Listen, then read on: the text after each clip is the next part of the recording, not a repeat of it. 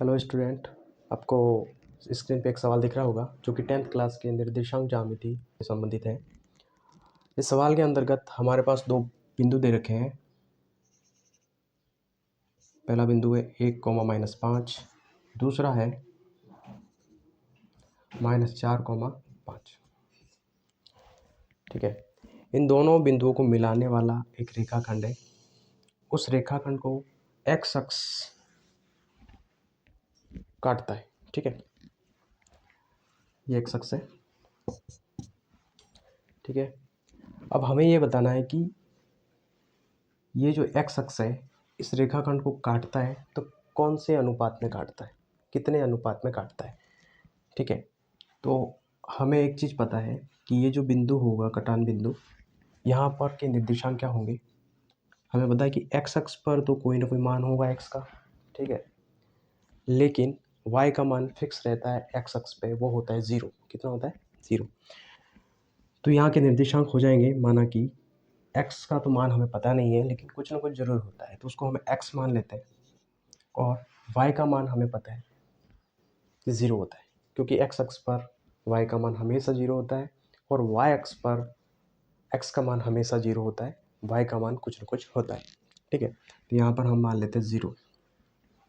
ठीक है, अब हमें क्या करना है कि हम एक चीज़ और मान लेते हैं कि ये जो रेखाखंड है इसको x अक्ष 1:k में विभाजित करता है। ठीक है, अब ये 1 और k कहाँ से आया? m1 और m2 थे। ये तो हम मान नहीं सकते क्योंकि संख्यात्मक मान नहीं है। हमें मानना हो तो हम कोई भी वेरिएबल ले सकते हैं। तो यहाँ पर देखो, अगर ये हमारे पास अनुपात थे शुरुआत में, ठीक है, तो यहाँ से ये 1 कैसे आया तो वो देखेंगे हम कि हमें पता है कि अनुपात जो दे रखे होते हैं उनमें किसी भी संख्या का भाग देना है, दोनों में सेम संख्या का भाग देते हैं तो उन अनुपात में कोई फ़र्क नहीं पड़ता है। तो हम क्या करते हैं, इन दोनों में m का भाग दे देते, m1 का भाग दे देते हैं। तो यहाँ से क्या आ जाएगा? 1 आ जाएगा और यहाँ पर हमें आ जाएगा m2 डिवाइड बाय m1। इस पूरे को हम किसी एक वेरिएबल से दर्शाते हैं, वो होता है k। आप किसी और से भी दर्शा सकते हैं। ठीक है, लेमड़ा से दर्शाया जाता है अधिकतर, तो हमने यहाँ पे k मान लिया। तो देखो हमारे पास पहला जो अनुपात आया 1 आया है, दूसरा जो आया हमारे पास k आया है। इसका मान हमें लास्ट में वापस इसमें रख के हम m1 m2 का मान निकाल लेंगे। ठीक है, तो इतना हमें मिल चुका है। तो हमें देखो क्या क्या मिल चुका है यहाँ पर। इसको हम अगर x1 y1, इसको x2 y2, है ना, ये मान लें, और इसको ये पहला अनुपात और ये दूसरा है। ठीक है, तो यहाँ से देखो हमारे पास फॉर्मूला है इस बिंदु को निकालने का फॉर्मूला, उसको कहते हैं विभाजन सूत्र। ठीक है, तो विभाजन सूत्र का यूज करेंगे, उसमें से इस x का यूज ना करके हम y का मान निकालेंगे। ठीक है, तो क्या करते हैं, देखो y का जैसे मान निकालना होता है तो हमें y का फॉर्मूला लिखना होता है।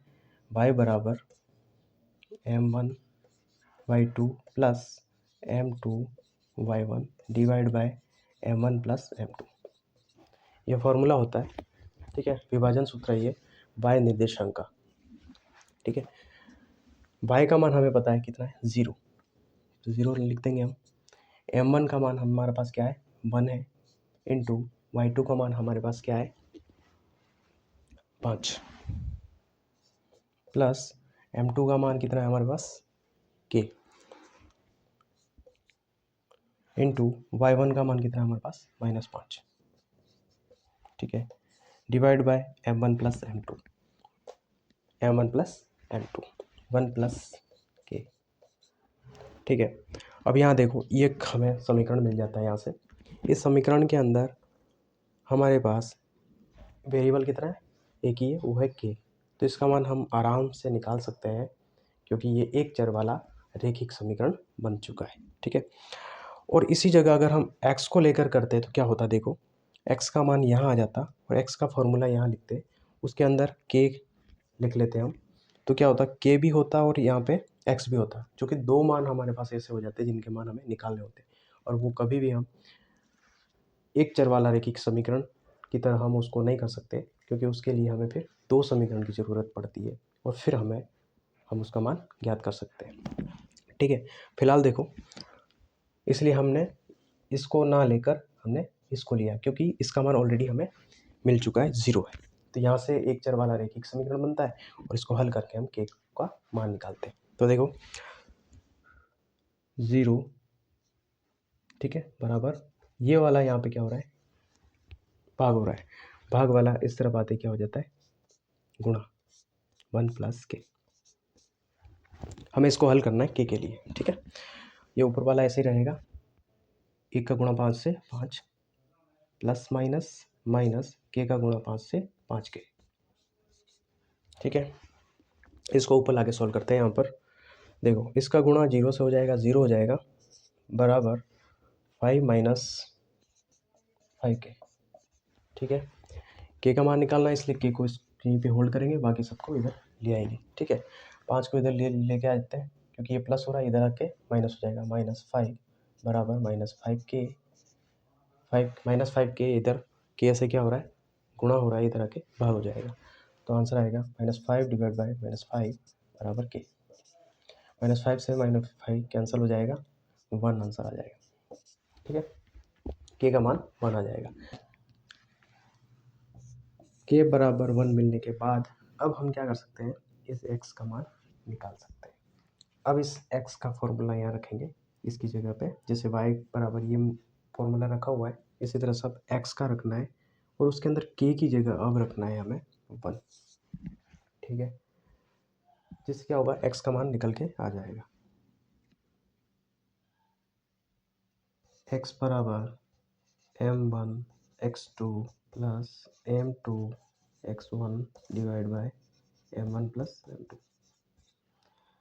x का मान निकालना है। ठीक है, अब देखो m1 का मान हमारे पास क्या है, 1। x2 का मान क्या है, -4 प्लस m2 का मान क्या है, k, है ना। इस k की जगह हमें क्या रखना है, 1 इंटू x1 का मान क्या है, 1 divide by m1 plus m2 k plus k, 1 plus k का मान क्या है हमारा, 1। सॉल्व कर देंगे, -4 का 1 से गुणा किया, -4 प्लस 1 का 1 से 1 डिवाइड बाय 1 + 1 2। यहाँ पर देखो दोनों के चिन्ह अलग अलग है, घटाव होगा, -4 में से 1 कट जाएगा तो -3 डिवाइड बाय 2। तो इस तरह से हमें x बराबर -3/2 मिल जाएगा। ठीक है, थैंक यू।